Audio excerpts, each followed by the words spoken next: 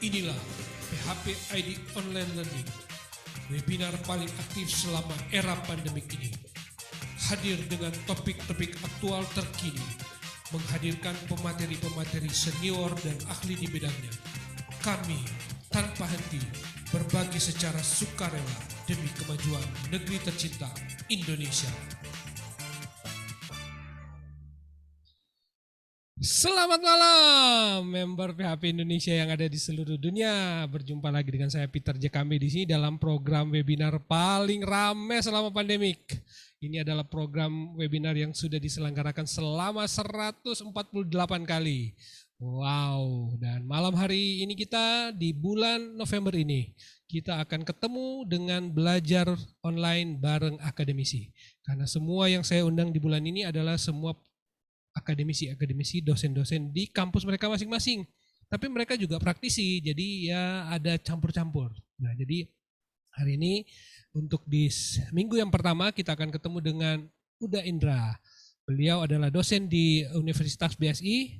Sebagai informasi teman-teman, BSI sekarang sudah universitas. Jadi sekarang mereka sudah pakai BSI.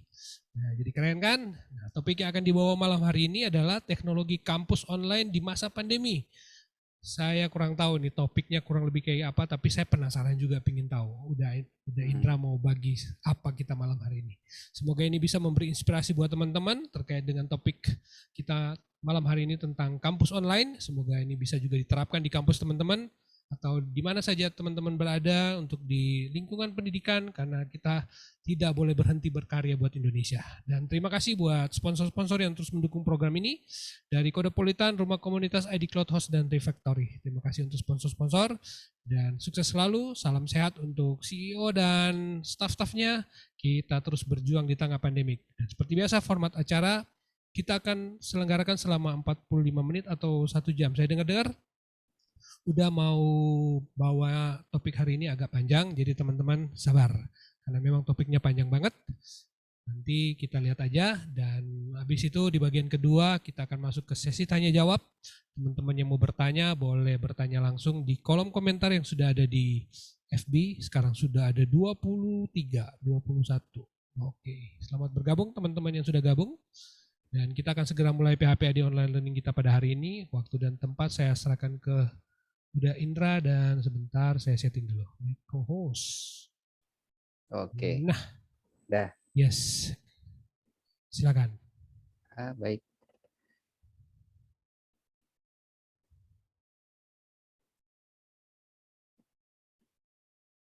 Baik, terima kasih. Selamat malam. Assalamualaikum warahmatullahi wabarakatuh. Pertama, mungkin sebagian teman-teman pernah ketemu dengan saya ataupun kenal gitu ya. Saya juga seorang dosen di Universitas Bina Sarana Informatika ya. Suka keseleo lidah kalau masyarakat menyebutkan BSI, dikira binus kadang-kadang gitu ya. Untuk saat ini, untuk hari ini memang diminta oleh Om Peter untuk mengisi di bulan ini di PHP ID Community. Nah, materi yang ingin saya share sebenarnya tidak berbentuk teknis ya.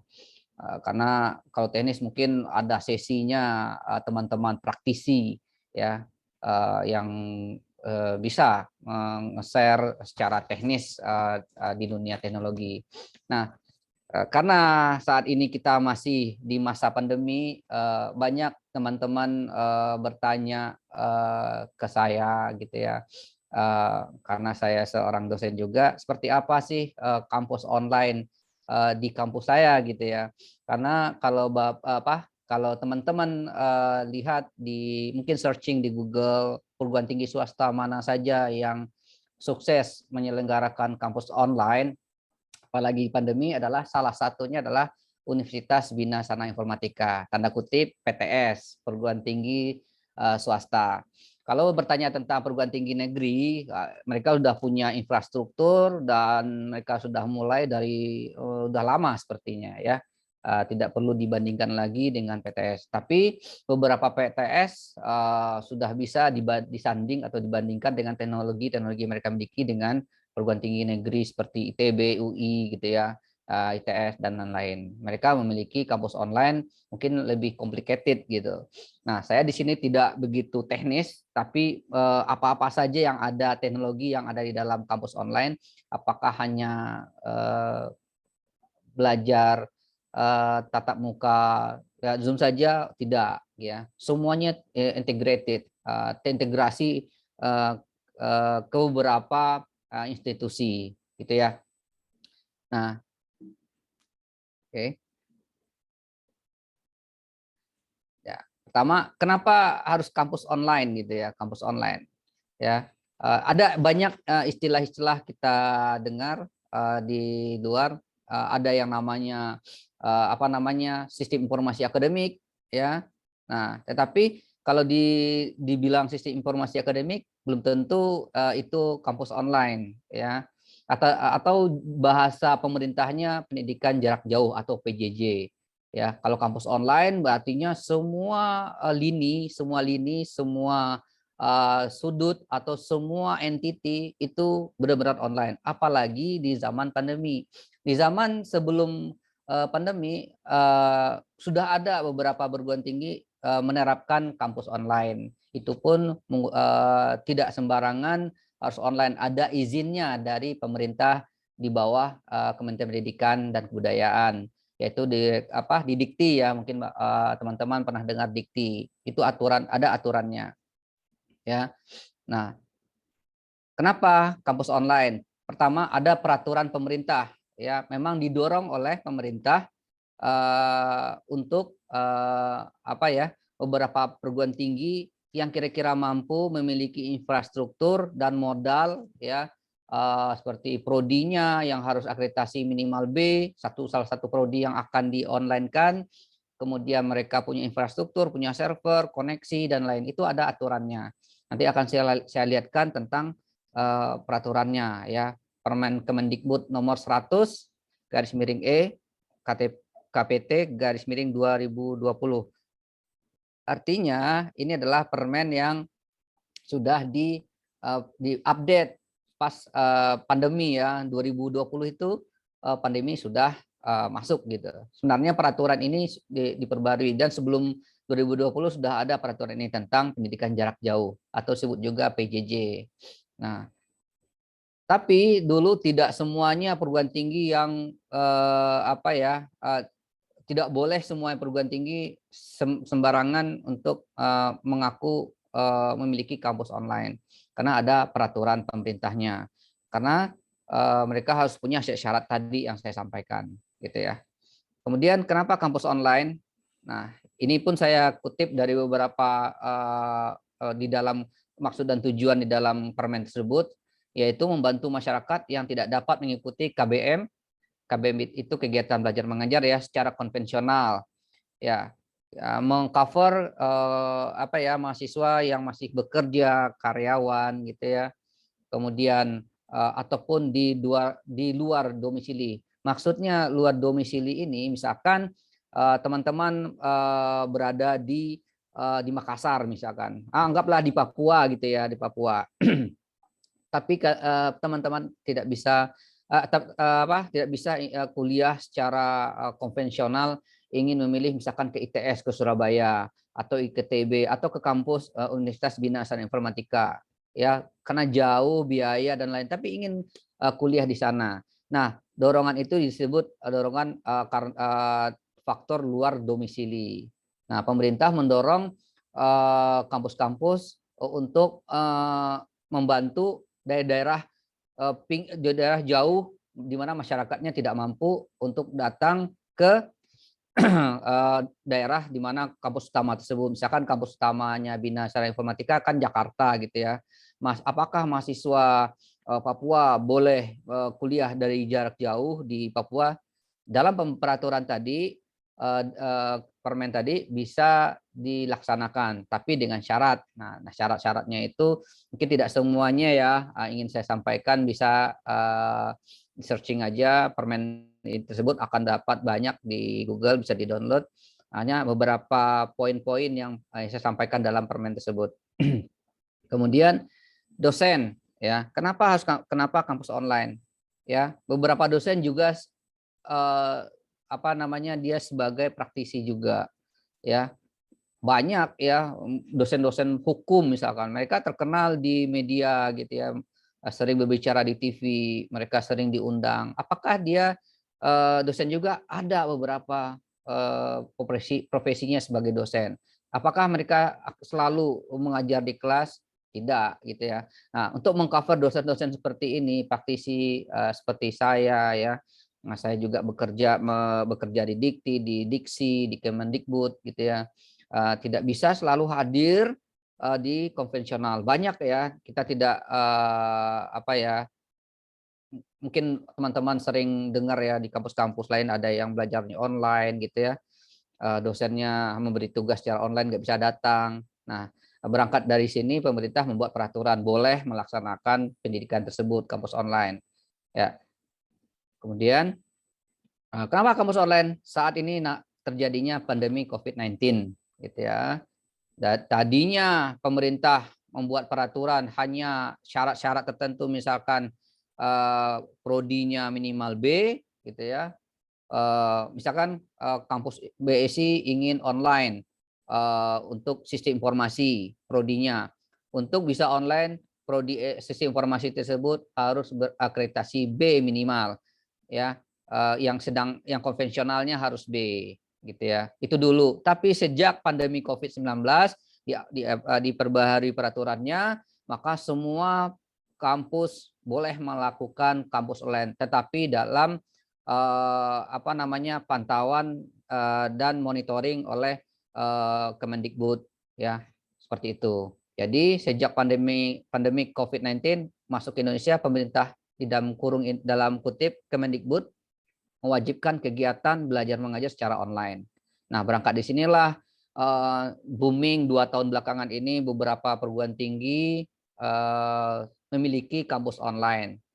Apakah semuanya berhasil? Tidak, gitu ya. Banyak beberapa perguruan tinggi itu yang drop, gitu ya. Mereka tidak sanggup karena nggak siap, ya, nggak siap menghadapi pandemi. Tidak aja di sektor ekonomi saja, pedagang, pekerja, gitu ya. Karena nggak siap, akhirnya kampus-kampus yang tidak memiliki infrastruktur dari awal, mereka kesulitan untuk berkembang. Mereka selama ini memanfaatkan konvensional seperti misalkan pendaftaran mahasiswa baru, mereka datang manual ke kampus gitu ya. Kemudian pembayaran, jadwal, mereka tidak memiliki modal seperti itu. Ya. Nah, beberapa perguruan tinggi sudah memiliki kampus online sejak terjadinya pandemi COVID-19 tersebut. Nah, di sini Permen Kemdikbud nomor 100 KPT 2020.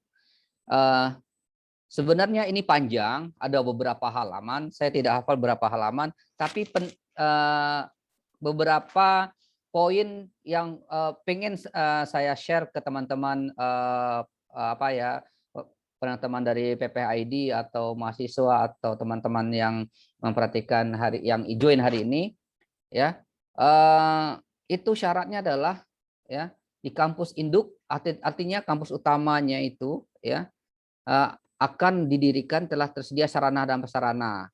Ya, di sini ada ruang dosen gitu ya, kemudian ruang administrasi, ruang fasilitas. Nah, lihat di sini poin C ini yang paling diperhatikan, ini hanya per prodi ya, tidak bisa kalau dia lebih dari satu prodi berarti dikali 2 gitu. Jadi yang poin C, ruang dan fasilitas konferensi video dan layanan akses internet dengan lebar pita bandwidth paling sedikit 100 megabit per second Mbps. Itu paling sedikit, tanda kutip paling sedikit. Nah, ya. Jadi teman-teman bisa melihat nanti permennya buktinya seperti ini. Jika teman-teman ingin mengembangkan kampus online, mungkin teman-teman ada yang bekerja di kampus ataupun membantu teman-teman di kampus untuk melaksanakan ini minimal paling sedikit 100 Mbps. Gitu ya. Kemudian memiliki server ya. atau akses terhadap server sistem informasi manajemen dan sistem pengelola pembelajaran learning management system. Ya, harus memiliki servernya, ya, kemudian pasti punya aplikasinya gitu ya. Nah, di kami di Universitas Bina Sarana Informatika kami memiliki beberapa server. Untuk bandwidth kami sudah list line dan udah melebihi dari syarat ya, melebihi dari 100 Mbps. Ya, kalaupun ada beberapa trouble itu wajar, koneksi, mungkin koneksi di data center gitu ya. Nah, harus ada server. Di kami server itu lebih dari apa ya? Terakhir saya itu untuk e-learning saja ada 4 atau 5 server gitu ya. Semuanya di teman-teman infrastruktur sudah melakukan yang namanya clustering, load balancing gitu ya, semuanya. Dari teman-teman infrastruktur sudah menghandle itu semua. Kemudian fasilitas akses pustaka daring. Jadi teman-teman mungkin pernah dengar istilah daring ya dalam jaringan atau internet online. Jadi apakah hanya kampus online itu hanya belajar online saja gitu? Apa namanya, tatap muka saja menggunakan Zoom? Enggak itu saja ya. Ya, kampus ini harus memiliki modul online. Nah, seperti mahasiswa saya bisa mendownload modul-modul ya, modul-modul pelajaran. Kemudian kami punya repositori juga, repositori kampus. Mahasiswa bisa melihat TA, tugas akhir, kakak kelasnya, contoh-contoh TA, skripsi, ya dan lain. Dan buku-buku lainnya ya. Syaratnya paling sedikit 200 judul buku.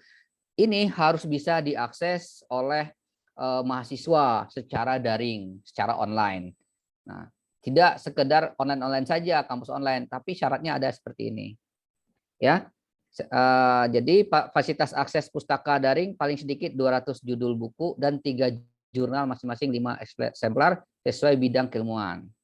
Nah, ini syarat yang paling penting diperhatikan oleh teman-teman praktisi ingin membantu teman-teman di kampus gitu ya untuk membangun kampus online. Ada aturan mainnya gitu karena akan dimonitoring oleh kementerian seperti itu. Nah, ini model KBM secara generasinya ya. Pertama ya mungkin kita dulu belajarnya ya buku saja, dari buku saja belajarnya. Kemudian generasi kedua kita sudah punya PC ya, laptop hanya membaca e-book gitu ya lewat PC gitu ya. Kemudian generasi seterusnya kita bisa download lewat gadget, tablet gitu ya. Hanya download saja, baca bukunya ya.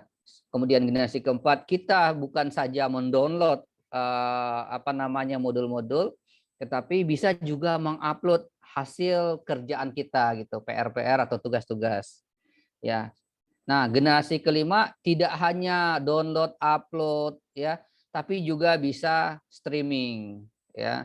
Ya, streaming ya, aplikasinya mungkin disediakan streaming dan lain-lain seperti itu. Ini generasi model KBM saat ini. Nah, ini sangat terbantu oleh kita di zaman pandemi gitu ya. Nah, tatap muka online, teman-teman pasti sudah sering menggunakan ataupun mendengar atau melihat ya. Yang paling booming sekarang adalah Zoom dengan Google Meet ya. Beberapa organisasi atau perusahaan ada yang menggunakan Webex ya. Webex oleh apa ya, Cisco punya ya. Kemudian ada Skype. Skype sudah mulai bagus. Tapi entah mungkin ada beberapa teman suka menggunakan Skype atau tidak gitu ya. Tapi memang yang masih favorit di kampus kami selalu menggunakan Zoom. Tapi tidak tutup kemungkinan juga menggunakan Google Meet karena faktor mungkin webinar gitu ya, mungkin punya akun Google punya akun Zoom tidak begitu besar, bisa menggunakan Google Meet bisa melebihi kapasitas 100 gitu ya. Nah, seperti itu. Nah, ini kan tatap muka ya, tatap muka online gitu ya. Nah, sekarang pertanyaannya, apakah kampus online sekedar belajar tatap muka online saja? Jadi tanda kutip kampus online. Ya, beberapa teman-teman bilang ya udah ngapain buat kampus online gitu ya, harus ribet-ribet pakai aja Zoom, nggak usah buat yang lain, pakai Zoom atau Google Meet. Sebenarnya kampus online itu tidak hanya Zoom saja tatap muka gitu. Ya, banyak komponen-komponen yang penting di kampus online itu. Ya, nah, seperti ini. Pertama, intinya adalah terintegrasi. Apa aja yang terintegrasi ya? Pertama daftar ya, daftar atau mungkin teman-teman pernah kuliah ada istilah KRS online. Kalau kami di kampus itu namanya udah dipaket ya, jadi tinggal bayar saja ke bank, nanti bank akan terhubung dengan servernya Universitas Bina Sarana Informatika seperti itu. Ada yang berbasis host to host atau yang berbasis API. Nah, ini semuanya online ya. Jadi ada beberapa kampus yang masih yang manual gitu ya. Zaman pandemi apakah menerima manual gitu ya. Nah, seperti itu. Yang saya sampaikan banyak beberapa kampus yang belum siap karena belum punya infrastruktur seperti itu, aplikasi seperti itu ataupun punya server untuk menampung datanya. Kemudian pembayaran online gitu ya. Semua terintegrasi. Kemudian presensi mahasiswa, absensi mahasiswa. Kemudian ada absensi dosen, karyawan. Semuanya online. Ya. Jadi ini 1, 2, 3 ini baru masih di sistem pembelajaran dan pembayaran gitu ya. Nah, kalau teman-teman bilang ini apakah sudah kampus online? Ya bisa dibilang masih bilang baru 40% masih bisa dibilang kampus online lah ya, belum semuanya. Apalagi ada tugas. Kami di Universitas Bina Sarana Informatika itu ada tugas online ya. Tugas itu tidak dikirim ke email gitu ya, tidak kirim ke email atau di kelas Google Classroom. Dulu waktu tahun 2020 masih digunakan Google Classroom ya. Tapi karena Google Classroom itu kan tidak bisa mengikuti environment system yang ada di kampus masing-masing gitu ya. Agar mengurangi pekerjaan 2 kali dosen, misalkan ada tugas yang ada di classroom di-download lagi ya, kemudian di-upload lagi, di-input ulang ke sistemnya kampus gitu kan, kerja 2 kali. Inginnya semuanya terintegrasi. Nah, sekarang sudah ada kami di BSI itu mahasiswa mengupload sendiri tugasnya di sistem e-learningnya sendiri gitu. Kuis online juga ada gitu ya. Kuis, kemudian ujian UTS ataupun UAS itu pun online ya. Semua terintegrasi ya. Jadi kampus sekarang itu, kampus fisik sekarang itu bisa dibilang udah tidak ada pengunjungnya, tidak ada orang, adminnya pun di rumah semua bekerja, semuanya online ya. Nah, di sini kami ada teknologi untuk ujian. Emang terpisah aplikasinya, servernya juga terpisah, tapi untuk mengambil data bisa gitu ya. Terintegrasi dengan database utamanya seperti itu. Kemudian ada sidang tugas akhir, ya sidang tugas akhir. Sidangnya tetap menggunakan Zoom ataupun Google Meet, ya. Kemudian saat online sidang input nilainya pun secara online oleh si apa namanya yang pengujinya ya. Kalau bimbingan dosen pembimbing itu kan tidak perlu integrasi dengan sistem kampus, itu kan bisa bimbingan seperti face to face, bisa pun lewat Zoom gitu ya.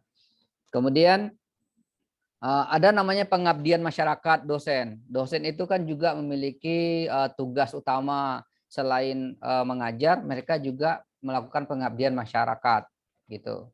Nah, selama ini kan pengabdian masyarakat yang dilakukan oleh dosen dan mahasiswa semuanya dulu kan konvensional, datang ya, datang ke suatu tempat secara fisik, membantu menjelaskan, mengajar gitu ya kepada masyarakat tentang teknologi misalkan seperti itu. Nah, itu namanya pengabdian masyarakat. Setiap 1 semester harus minimal 1 kali dilaksanakan. Nah, pelaporan itu semuanya online gitu ya. Kemudian penelitian dosen. Dosen juga punya penelitian gitu. Selama ini kan melakukan penelitian tetap dilakukan upload publikasi dan lain-lain ya, semua lewat sistem.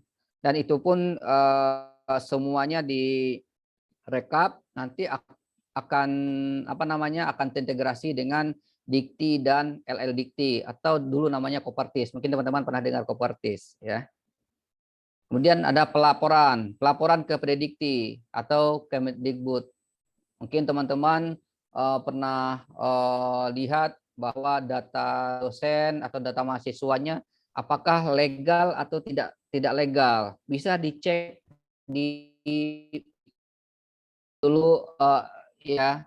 Om pernah bertanya, data Dikti bocor gitu ya. Bisa melihat data dosen, data mahasiswa kelihatan. Itu sebenarnya bukan bocor, memang dibuka untuk masyarakat ya. Dibuka untuk masyarakat bisa memeriksa cek apakah mahasiswa itu benar atau tidak gitu ya. Nanti akan ketahuan semester berapanya, jumlah mata kuliah diikuti, dosen begitu juga ketahuan mata kuliah apa saja yang diajar oleh semester lalu, semuanya terintegrasi ya. Jadi tidak ada lagi yang namanya manual gitu.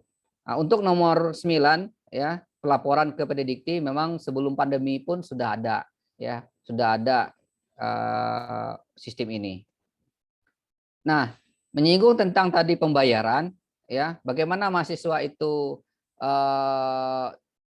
ingin aktif ya, daftar ulang atau mahasiswa baru sehingga terbentuknya mahasiswa itu terdaftar dan dijadwalkan. Nah, kami melakukan koneksi dengan beberapa bank ya, beberapa bank, ada Bank BCA, Mandiri, dan beberapa bank ya. Nah, beberapa bank ini kami memang koneksinya ada yang host to host ya, host to host, ada juga menggunakan API. Nah, tentu semua ini bekerja sama, ada MOU-nya. Ketika mahasiswa bayar ya, ketika bayar di ATM atau setor tunai dengan ada kode tertentu gitu ya. Dan ada kalau di ATM ada menunya khusus, ada BSI-nya gitu ya. Ketika mahasiswa bayar itu langsung host to host ke sistemnya BSI. Biasanya yang menangani adalah Baku, bagian keuangan.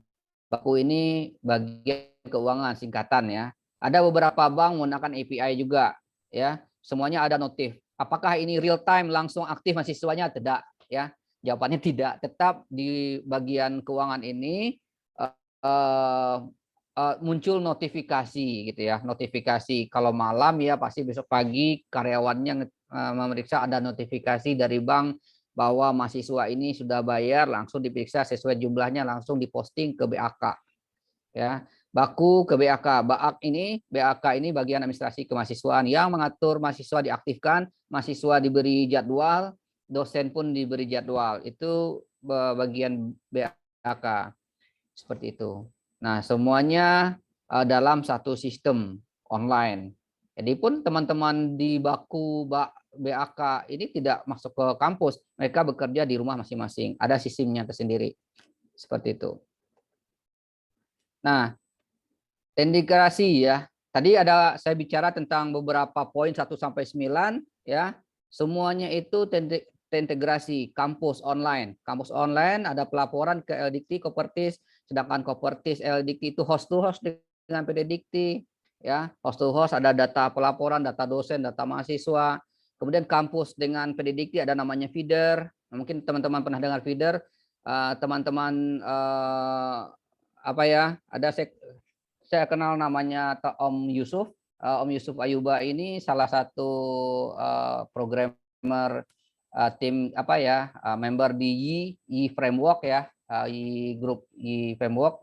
Beliau juga buat sistem feeder. Beliau juga dosen, beliau juga aktif di kampus di daerah Luwuk ya, Luwuk. Mungkin Om Yusuf hadir nggak ya? Om Yusuf ini di Luwuk ya kalau nggak salah, di Sulawesi Tengah kalau nggak salah. Nah, beliau buat sistem feeder semuanya di open source. Bisa di-download, bisa digunakan. Sistem feeder ini digunakan untuk kampus-kampus agar database mereka pelaporannya, laporan dosennya, laporan mahasiswanya, semua KBM-nya, semuanya di-feed ya, disetor ke Pededikti secara online. Ada sistemnya. Ada juga beberapa kampus juga build sendiri aplikasinya di kampus untuk nge-feed datanya ke Pededikti. Nanti saya akan lihat Pededikti seperti apa. Jadi teman-teman, kalau teman-teman ini di sini ada mantan mahasiswa, kalau mahasiswa baru semester 1 mungkin belum bisa kelihatan ya, karena pelaporan itu setelah 1 semester setelah belajar maka baru ada pelaporannya. Yang sedang aktif, semester aktif belum ada pelaporannya. Selesai dulu kuliahnya 1 semester, semester depan baru semester yang lalu akan ada datanya di Pededikti. Seperti itu.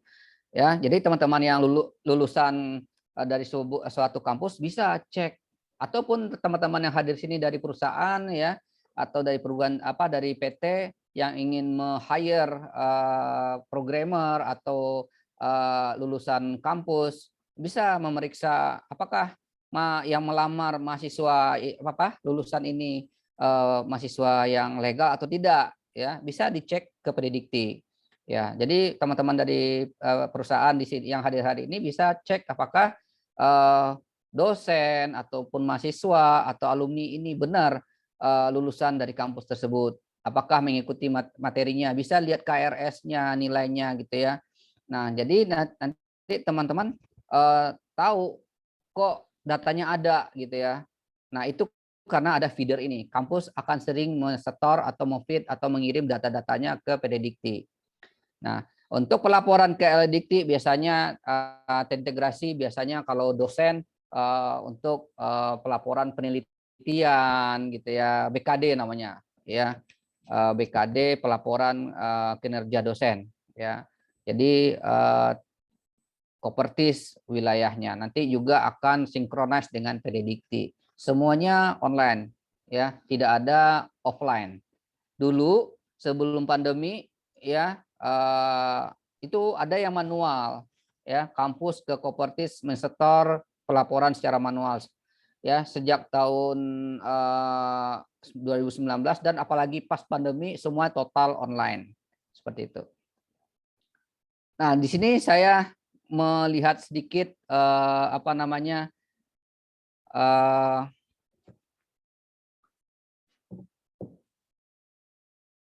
tampilan ya, tampilan aplikasi di sistem BSI seperti itu ya.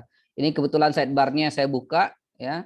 Situ ada mengajar, jadwal mengajar, rekap absen, perkuliahan pengganti, rekap mengajar. Di atas ada namanya SEIS. Nah, SEIS itu untuk dosen. Dosen juga mempunyai hak untuk melaporkan diri ya, dia punya melaporkan penelitiannya, mengupload jurnalnya, kemudian mengupload bukti pengabdian masyarakatnya, mengupload sertifikat yang diikuti webinarnya. Jadi kan selama ini kalau dosen juga harus ikut seminar ataupun jadi pembicara, ada sertifikatnya, semuanya dilaporkan di SEIS. Nah, SEIS ini juga data-datanya digunakan oleh LPPM ataupun bagian pelaporan ke Pededikti dan Kopertis. Seperti itu. Ya. Nah, di sini bentuknya ya. Kalau di BSI ini jadwal mata kuliah saya, ini real ya. Jadwal mata kuliah saya yang saya ajar, ini sebenarnya ada 4 kelas, di bawah nggak kelihatan ya, di bawahnya nggak kelihatan. Nah, di sini ada logika algoritma dan ada 3 yang hijau ini sedang aktif hari ini ini contoh saja. Situ ada tombol masuk kelas gitu ya. Nah, kemudian ada di sini ada ruang materi ya, ruang materi. Jadi mahasiswa saya bisa mengupload materi-materinya tambahan selain modul-modul daring yang tadi saya sampaikan. Ada modul daring ya, minimal 200 eksemplar bagi perguruan tinggi. Kalau BSI lebih dari 200 eksemplar ya. Semuanya bentuknya PDF, mahasiswa bisa download, tapi di sini adalah ruang materi, dosen bisa mengupload materi tambahan ya, misalkan video ya ataupun PDF dan lain-lain. Ya. Ada ruang diskusi, di sini juga ruang diskusi. Semuanya ini adopsi antara Moodle dan mengadopsi Google Classroom ya. Semua fitur-fitur sini semuanya kita adopsi. Kalau kita dulu menggunakan Google Classroom, tadi saya sampaikan masih terbatas ya, masih terbatas dan terpotong gitu ya, karena ada pekerjaan lebih dari satu kali. Jadi kalau dosen narik dulu, kemudian input lagi, kan kerja 2 kali gitu ya. Nah seperti itu. Ada ruang diskusi. Nah ini absen ya. Kalau saya klik masuk, nanti tampil data mahasiswa yang hadir. Ya, ini kelihatan jumlah mahasiswa 38, mahasiswa hadir 37 yang udah klik absen ya. Nah, seperti itu. Ada pokok bahasan, ada klik keluar mengajar kalau sudah selesai. Ya, ini bentuknya berbasis web. Semuanya terintegrasi. Mahasiswa juga bisa memeriksa di bukti kehadirannya menggunakan aplikasi mobile. Ya, seperti ini ya. Betul, ini nggak urut nih, kelasnya sama sih sebenarnya. Nah, di sini mahasiswa bisa melihat saya sendiri bisa melihat mahasiswa yang hadir secara mobile gitu ya. Jadi yang sebelah kiri ini tampilannya berbasis web, yang sebelah kanan berbasis mobile Android. Nah, di sisi mahasiswa seperti ini juga. Mahasiswa bisa absen online, kemudian bisa juga melihat kehadirannya di aplikasi mobile seperti itu. Kemudian ada tugas ya, ada tugas. Jadi saya bisa mengirim tugas mahasiswa bisa berkelompok ataupun individu, dan bisa menilai langsung di fitur tersebut gitu ya. Nah ini akan terkoneksi ke database-nya BAK gitu ya, terkoneksi ke database-nya BAK tadi. Jadi tidak ada kerjaan 2 kali ya. Jadi semuanya terintegrasi gitu. Saya lihat ya. Nah, di sini juga terdeteksi, kebetulan ini belum saya kasih nilai, nilainya masih 0, belum saya nilai. Nah, di sini kelihatan mahasiswanya yang mengupload tugas. Kenapa? Di sini kelihatan warna biru. Kalau warna biru link tugas mahasiswa, artinya mahasiswa ini mengupload ya, mengupload tugas, tetapi ada berwarna beda ya. Kalau warna hijau artinya dia masih di rank waktu, batas waktunya. Kalau warnanya udah oranye ya, warna merah sih sebenarnya. Jadi kalau warnanya dia keluar udah melebihi batas waktu. Melebihi batas waktu yang ditentukan.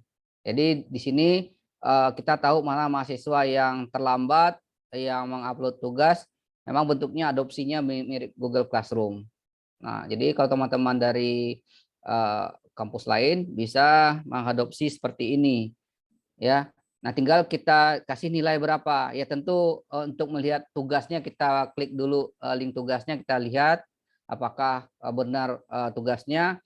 Kemudian kita bisa nginput nilainya di sini. Nah, di sini kita sekali aja nginput. Jadi nanti si BAK tinggal ngerekap aja melihat hasil nilai mahasiswa itu ya, nilai tugas-tugasnya. Nah, juga ada ujian UTS, tapi sini saya tidak tampilkan ya. Karena agak lebih strict, nggak saya tampilkan tampilannya.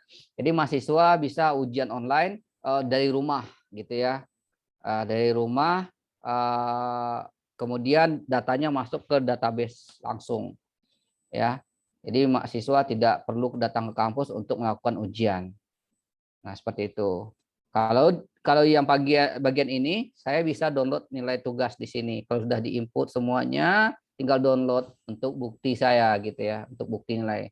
Kalau simpan, untuk menyimpan yang ada inputan yang ada di sini. Seperti itu. Kemudian ada fitur ruang WhatsApp di bawah sini ya. Jadi fitur ini bisa membuat notif ke mahasiswa ataupun ke saya tentang pengumuman gitu ya, pengumuman. Nah, ini juga punya server tersendiri untuk WhatsApp-nya. Bukan server ya, semacam aplikasi untuk mengirim notifikasi secara online ya. Mungkin teman-teman pernah dengar WhatsApp JS, kita menggunakan itu, punya server sendiri untuk merunning sistem tersebut. Semuanya free, sih, open source ya. Kemudian itu tadi kan mahasiswa, dosen ya. Mahasiswa ngupload nilai. Sekarang kehadiran staf kampus itu bisa dibilang karyawan sipilnya gitu, admin gitu ya, OB dan lain, atau dosen tetap atau yang bekerja di sana. Mereka juga memiliki online gitu ya, aplikasi online dari rumah. Nah, ini contoh seperti ini. Ini akan ketahuan apakah dia WFH ataupun dia WFO ya. Nah, di sini ketahuan di luar kampus ya, di luar kampus. Artinya tidak, kalau dia absen di kampus harus menggunakan WiFi di kampus. Kedetek IP-nya, teknologinya seperti itu sih. Kalau dia tidak terdeteksi IP-nya bukan miliknya kampus, maka dianggap WFA seperti itu. Nanti dicocokin jadwal aslinya. Nah, di sini aplikasinya. Kalau dia WFO ya, artinya terdeteksi IP-nya masih IP network-nya kampus seperti itu. Ya. Kemudian apakah dosen sekedar mengajar? Sebenarnya tadi sudah saya sampaikan dosen apa saja yang mereka lakukan ya. Apakah dia mengajar saja secara online Zoom? Tidak, dosen juga punya tugas lain.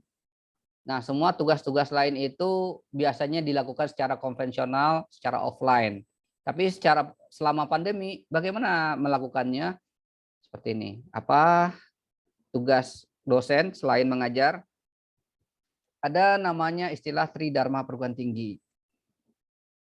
Dan hampir beberapa perguruan tinggi sudah memiliki sistem informasi atau kampus online-nya untuk menghandle Tridharma Perguruan Tinggi ini. Ya. Apa tugasnya dosen? Satu, yaitu melakukan pendidikan dan pengajaran. Ya. Kemudian melakukan penelitian dan pengembangan. Apakah dosen meneliti? Iya, wajib. Kalau dosen melakukan peneliti, karena kalau di luar negeri pun yang melakukan penelitian-penelitian kan biasanya ada di kampus-kampus ya, di universitas. Mereka yang melakukan penelitian.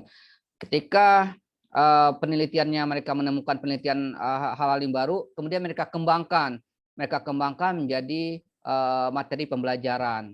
Jadi keilmuan itu pusatnya ada di kampus. Yang melakukan keilmuan itu untuk mengembangkan ilmuwan itu adalah dosen.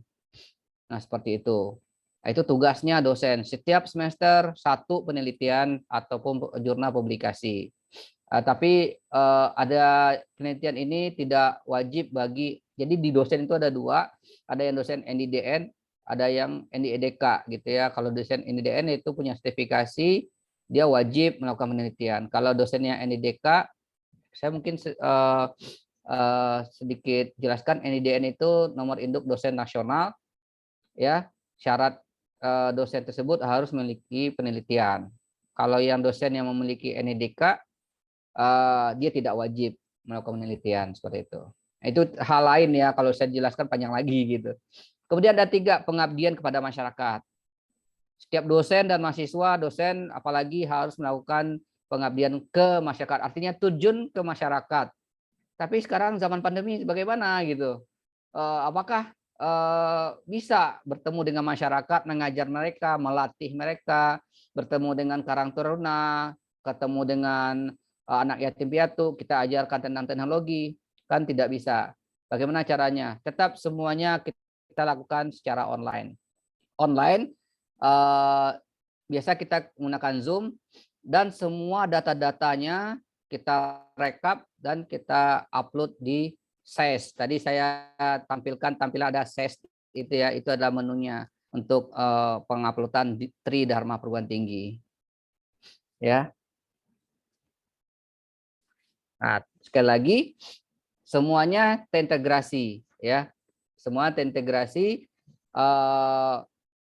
Tridharma Perguruan Tinggi tadi di kampus kami ada namanya SES, itu bisa mengupload hasil pengajaran, kemudian bisa mengupload pengabdian masyarakat dan penelitian gitu ya. Nah, semua pelaporan dilaporkan kalau kampus itu ke LLDikti, ke Pertis. Semua sistemnya integrasi, ya. Sedangkan LLDikti dia punya host to host ke PDDikti, ya, mengambil data secara host to host. Itu tidak saya bahas, tapi saya tahu karena beberapa teman di Kepertis pernah mengatakan bahwa mereka ke PDDikti itu host to host, langsung tembak ke database-nya, gitu ya. Kemudian kalau kampus PDDikti menggunakan aplikasi feeder, ya, ya. Mungkin di sini ada Om Yusuf Ayuba kali ya. Om Yusuf ini sekali lagi tadi saya sampaikan beliau teman-teman di Yi Framework, dia membuat sistem feeder juga gitu.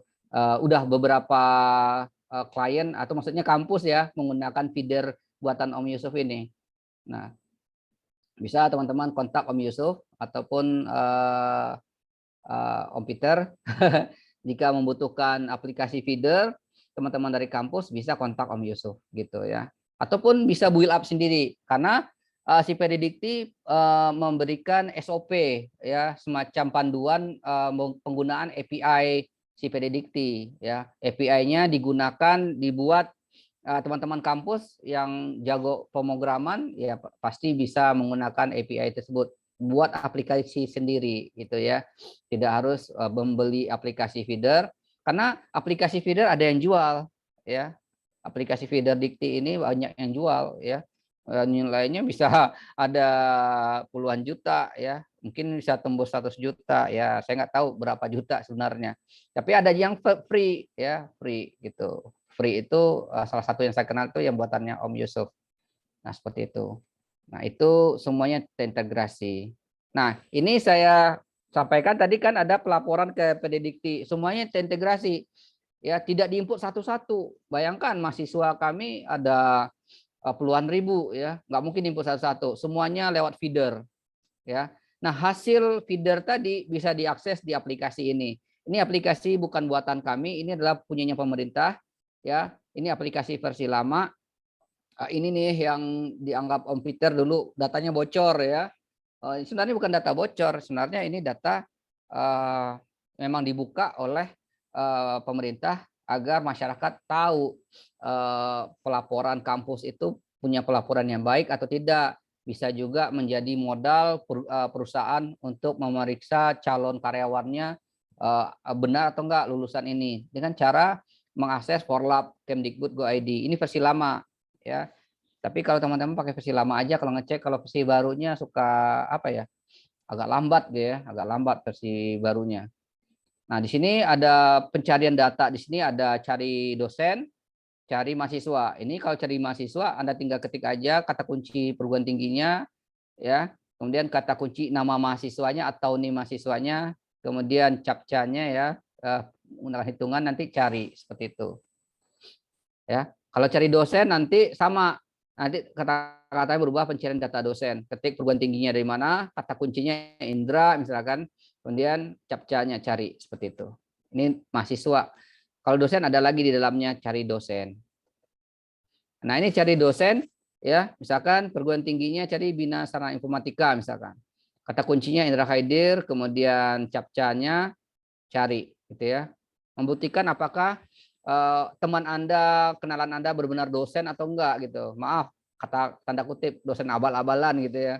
Kalau dosen yang benar bisa terdaftar di PDDikti. Tapi entahlah ya kalau ada dosen yang belum terdaftar apakah belum melapor atau tidak. Setahu saya kalau dosen yang NIDN enggak tahu ya kalau NIDK ya. Kalau NIDN ada datanya di sini gitu ya. Nah, kalau dicari nanti ketemu gitu ya. Nanti ketemu ya nama dosen yang dicari, gelarnya, perguruan tingginya dari mana, ya status keaktifan aktif seperti itu. Jadi mahasiswa seperti itu juga nanti kelihatan nama mahasiswanya, gelar, perguruan tingginya. Jadi nanti kalau kalian yang iseng pengen tahu saya sebenarnya terdaftar nggak sih di kampus saya sendiri atau kampus saya melaporkan nggak sih ke pemerintah bahwa saya adalah warga Indonesia yang legal, yang kuliah, bayar, dapat ijazah di legal pemerintah, terdaftar nggak di PDDikti seperti itu. Nah, ini sebagai modal juga legal ini, seandainya suatu saat perusahaan Anda cross check apakah Anda benar lulusan dari kampus tersebut, bisa dari sini. Hati-hati gitu ya. Nah, seperti itu. Nah, ini tampilan barunya ya. Tampilan pelaporan data dosen dan mahasiswa yang versi baru, tapi saya coba tadi agak lemot ya, agak lemot, nggak tahu kenapa. Tinggal ketik saja di sini keywordnya, nama PT atau nama dosennya di sini, nanti akan mencari. Oh ya, ini NIDN bisa ya, NIDK-nya nggak ada. NIDK, jadi dosen itu ada 2 kode, semacam nomor induk, ya, ada NIDN, ada NIDK. Tapi kalau tidak bisa NIDK, cari aja nama dosennya, seperti itu. Ya.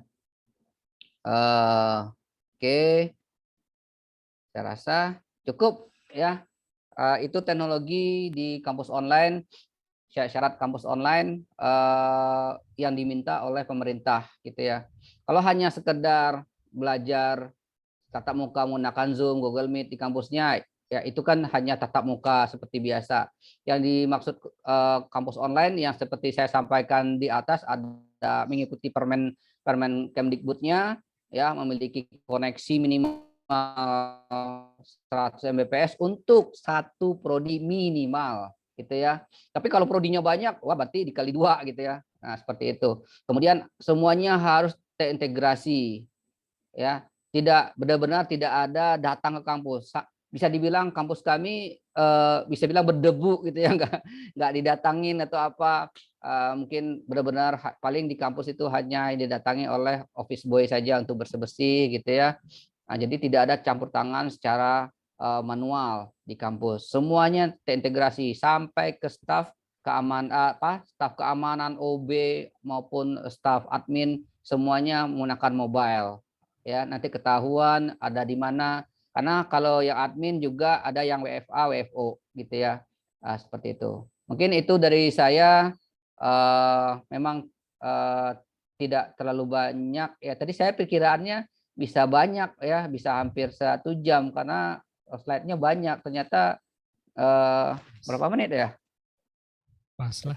Pas ya. Mungkin itu saja dari saya. Terima kasih Om Peter. Wonderful, keren lah Indonesia mah. Diktinya apa? Kemendikbudnya keren, kampus-kampusnya juga keren. Mantap. Oke, sambil kita akan break, Om Uda Indra mau minum. Saya akan mau bacakan beberapa pesan yang melewat ini sambil menunggu pertanyaan teman-teman yang mau bertanya. Ini adalah kesempatan teman-teman kan. PHP Indonesia itu membernya sebagian besar student. Jadi teman-teman juga mungkin bisa mengusulkan ini ke kampusnya bahwa wah di BSI sudah kayak gini nih, di kampus-kampusnya udah kayak gini nih, kenapa kita enggak? Oke, sambil menunggu pertanyaan teman-teman, saya akan bacakan beberapa pesan yang melewat dari Kodepolitan. Kodepolitan adalah platform belajar pemrograman secara online berbahasa Indonesia yang dikembangkan khusus untuk membantu generasi muda belajar dan berlatih pemrograman agar kompetitif di era industri 4.0. Oke.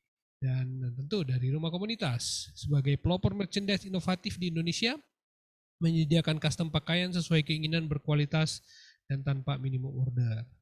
Dari ID Cloud Host sebagai penyedia layanan web hosting provider berbasis SSD dengan berbagai pilihan lokasi data center, dibangun tahun 2015 telah melayani kebutuhan dari berbagai segmen baik kalangan profesional, SME hingga korporasi besar dengan lebih dari 100.000 customer.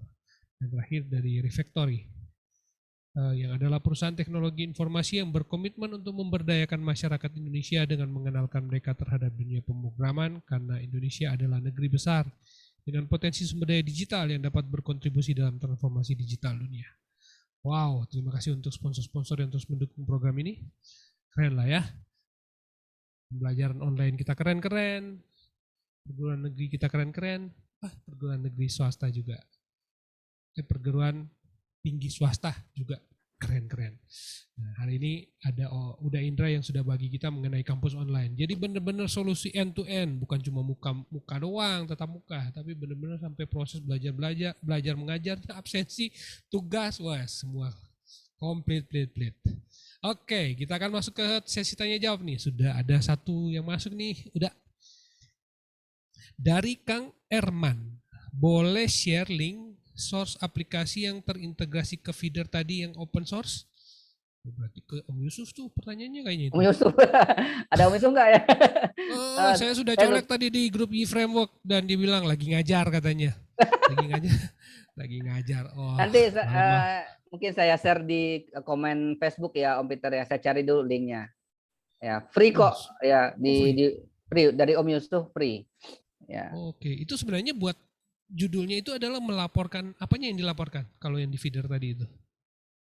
Eh, data mahasiswa yang Data belajar, mas. Mhm. kedua dosen yang mengajar mata kuliahnya apa saja, Oke. ya nanti di situ ketahuan rasio dosennya, apakah ketahuan mengajar satu dosen satu banding 30 atau 20 seperti itu. Oh gitu. Nah, semuanya dari akan ketahuan dosen ini mengajar di semester ini mata kuliahnya apa, sedangkan mahasiswa akan ketahuan dia aktif apa tidak gitu. Oh sampai Ketahuan. segitunya Ya. Kemendikbud memonitor aktivitas Nah, belajar mengajar ya? iya, ada Wow. datanya. Sebenarnya yang dibutuhkan masyarakat salah satunya perusahaan ya, Mhm. membuktikan mahasiswa itu apa real atau legal, lihat bisa dilihat seperti itu. Biasanya perusahaan-perusahaan itu bekerja sama dengan Kemendikbud untuk pelacakan mahasiswa-mahasiswa atau ijazah palsu dari situ, Om Peter. Oke. Berarti anak saya kan baru semester 1 nih di di mana ya? Oh, kalau semester satu belum ada datanya. Belum. Paling ketika dia udah semester 2 baru semester satunya masuk. Oh begitu. Selesaiin dulu satu semester, nanti baru perguruan Oh. tinggi yang melaporkan. Oh jadi yang feeder itu yang melaporkan semester sebelumnya, begitu? Ya, heeh. Sih. Ya anak saya kebetulan kuliah di eh, mana sih yang di Kemanggisan? Saya lupa. Binus ya. Oh Binus, ayah. Ya di Binus dan dia sudah semester 1 jadi minta kepoin juga dia belajarnya bener nggak di situ. Berarti bisa dicek di situ juga ya? Bisa. Oh oke oke oke. Yes, ada lagi yang mau tanya teman-teman? Memang pertanyaan nggak bisa banyak nih karena kan topiknya agak panjang sedikit nih, jadi nggak apa-apa. Satu-satu, saya tunggu satu pertanyaan lagi. Oke, mungkin apa lagi ya? Saya jadi exciting banget lihat pemaparan dari Uda Indra mengenai kondisi pendidikan kita. Wah, udah kayak gini udah keren banget. Berarti banyak nggak kampus yang gagal menerapkan kampus online? Cara Kebetulan presentasi. kebetulan saya di Dikti juga yang eh, tidak di pelaporan sih, tapi saya di bidang prodi ya.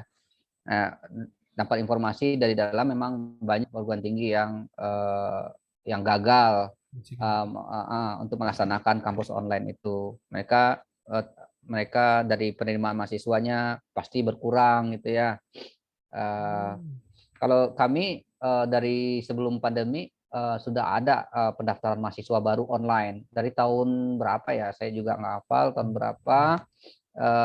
Tahun 2011 sudah ada, 2010, 2011 sudah ada. Jadi masih zaman pandemi ini ada mahasiswa yang dari Sumatera mendaftar secara online sampai sekarang pun masih di Sumatera sambil belajar yang semester 2, semester 3 gitu. Dari semester 1, 2, 3 mereka masih di Sumatera, ada seperti itu. Ataupun ada di Makassar, ada mahasiswa seperti itu. Oh, berarti sekarang Di sudah online. dimungkinkan kayak gitu ya. Mungkin itu kali yang otomatis juga kampus-kampus yang tadinya apa ya? Ya, nggak tan nggak ada tambah tambah malah nggak ada ya. Mungkin karena pelaporan-pelaporan tadi ya. iya itu. Oh, oke. Tantangannya adalah kalau prodinya terlalu teknis kayak teknik elektro, mesin gitu ya. Kalau kita yang Oh, ya. programmer internet atau apa maksudnya program atau IT ya bisa online masih is okay lah ya.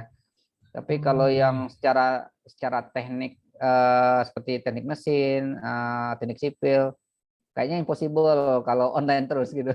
Oh iya benar-benar ya. Mereka misalnya harus ngebongkar mesin tertentu nggak belum tentu ada di rumah kan? Iya iya benar-benar. Oke, itulah kelebihan kita di kampus teknologi ya, kampus informasi ya semacam kampus informatika ya, gitu kira-kira ya. Oke. Oke, nggak ada yang mau nanya lagi nih. Kalau udah nggak ada kita akan akhiri soalnya nih. Tapi Oh, kayaknya memang nggak ada. Tapi oke. Nah, Om Inung yang sering nanya. Om Inung mau nanya nggak nih? Tadi sudah komen sih dia. Oke.